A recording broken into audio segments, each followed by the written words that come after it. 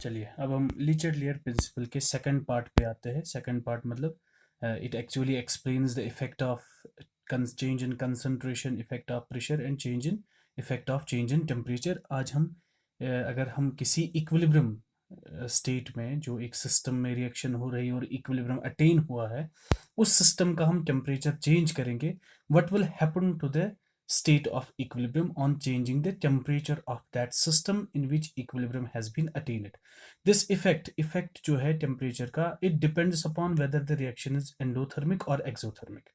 Effect of temperature depends on, ये पहला point याद रखना है, effect of temperature on equilibrium, on state of equilibrium, on state of equilibrium depends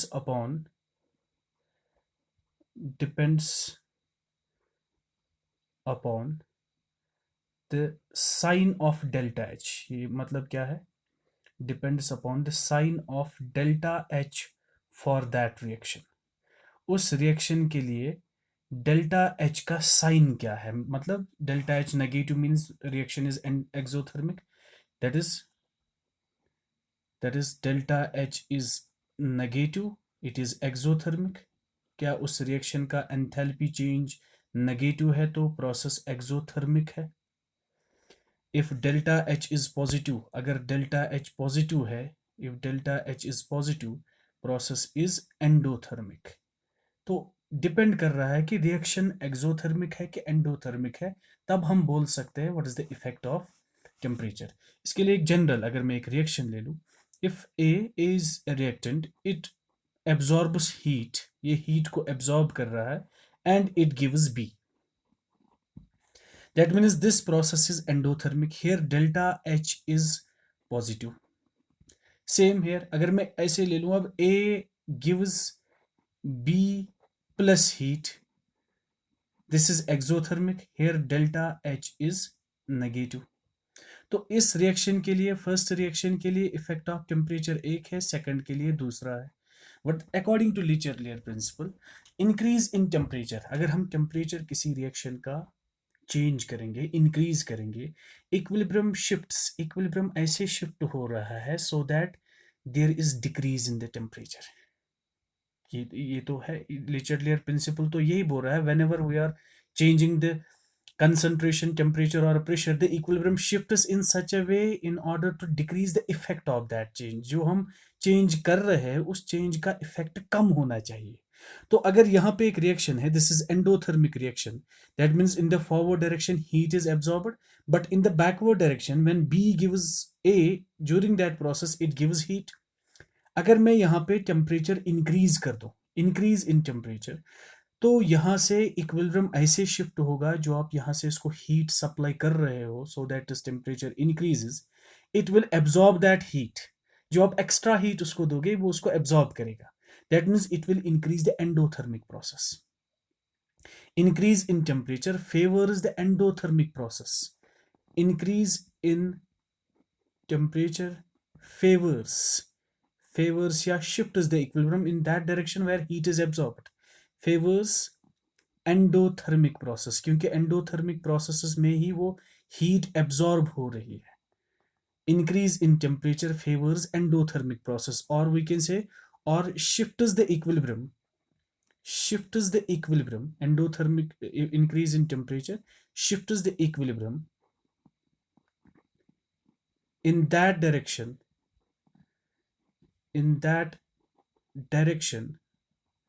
where heat is absorbed,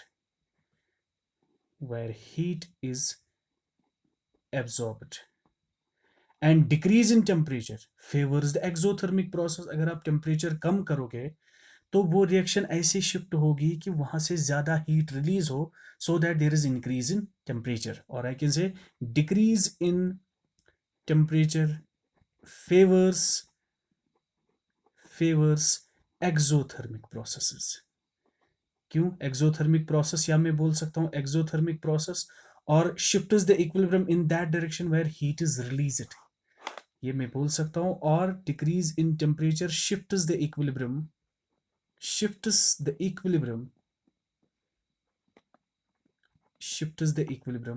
in that direction shifts the equilibrium in that direction where heat is released, जहां से heat release होगी.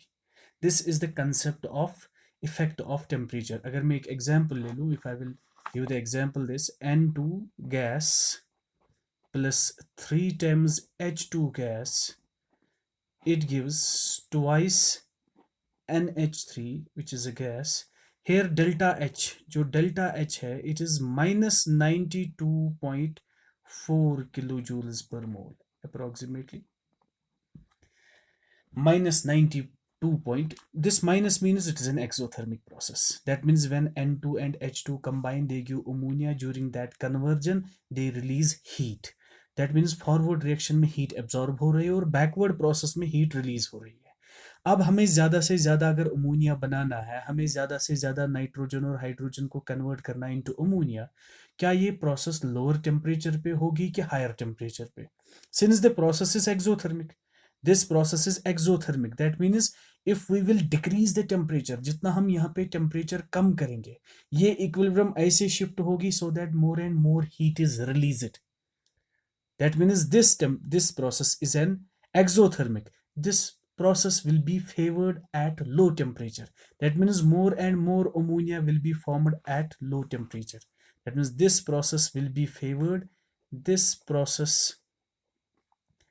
will be favored at low temperature. Low temperature. And exothermic processes are favored at low temperature. ये आप याद रखोगे. This is exothermic process. अगर endo होगी, if we have endothermic process, it will be favored at high temperature. जितना आप इसको temperature increase करोगे उतना ही वो रिएक्शन जो है फॉरवर्ड डायरेक्शन में शिफ्ट होगी. This is the effect of temperature. इस पे मैं एक क्वेश्चन आपको दिखाता हूँ. एक क्वेश्चन पूछा गया था, for the following reaction through stages 1st, 2 and 3rd, there is a reaction that is A gives D, but this reaction takes place in 3 stages. A first gives B, it is a stage 1st, then B gives C, it is a stage 2nd, then C gives D, it is the stage 3rd. Quantity of product formed, मतलब जो पहले reaction है, पहला stage है, A gives B, यहाँ पे product B है. The stage formed the quantity of product formed is X.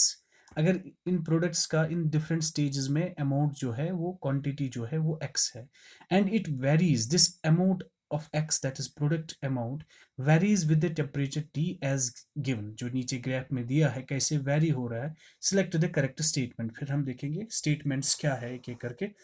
अब देख सकते हो यहाँ पे टेम्परेचर है, यहाँ पे x है, मतलब A gives B, A gives B, when A gets converted into B, अब देखो A gives B. When A gives B, amount of B formed, this X product जो है वो increase हो रहा है with increase in temperature. When we go from B to C, जो C बन रहा है, the amount of the C it decreases. यहाँ से ये decrease temperature में increase कर रहा हूँ, but the amount of C formed it decreases.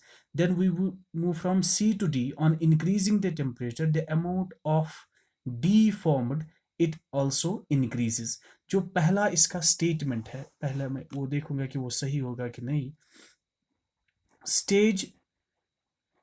Stage first and third are endothermic.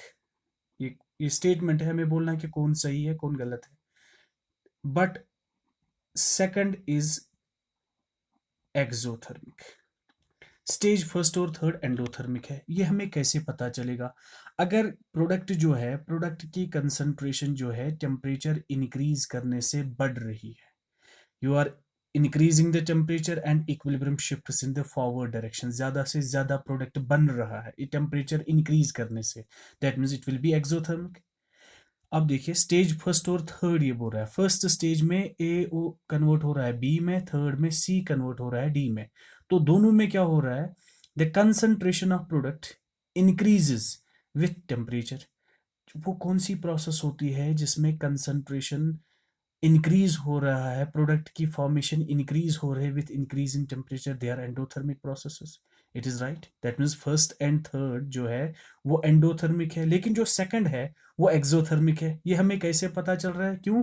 When we are increasing the temperature the amount of product formed it decreases, B to C जो है वो product कम हो रहा है with increase in temperature.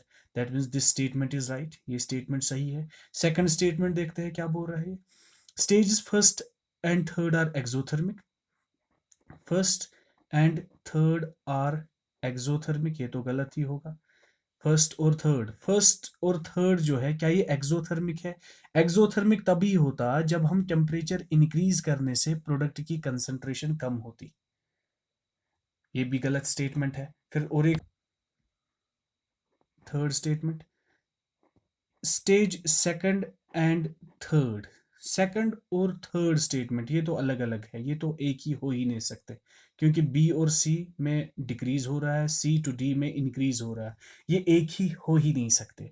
इसमें जो एक हो सकती है that is A to B, that is stage first, और C to D that is stage third. First और थर्ड स्टेज जो है उनकी प्रोसेस एक है और स्टेज सेकंड डिफरेंट है। तो हम इस प्रोसेस में ए फर्स्ट और थर्ड को एक साथ ले सकते हैं और स्टेज सेकंड को अलग लिख सकते हैं। हम फर्स्ट और सेकंड को एक साथ नहीं ले सकते, ना हम सेकंड और थर्ड को ले सकते। We can take first and third together, that was in the statement first and third are endothermic because you are increasing the temperature, amount increases, and second will be exothermic. That means stage first जो पहला statement है, this is right for this question.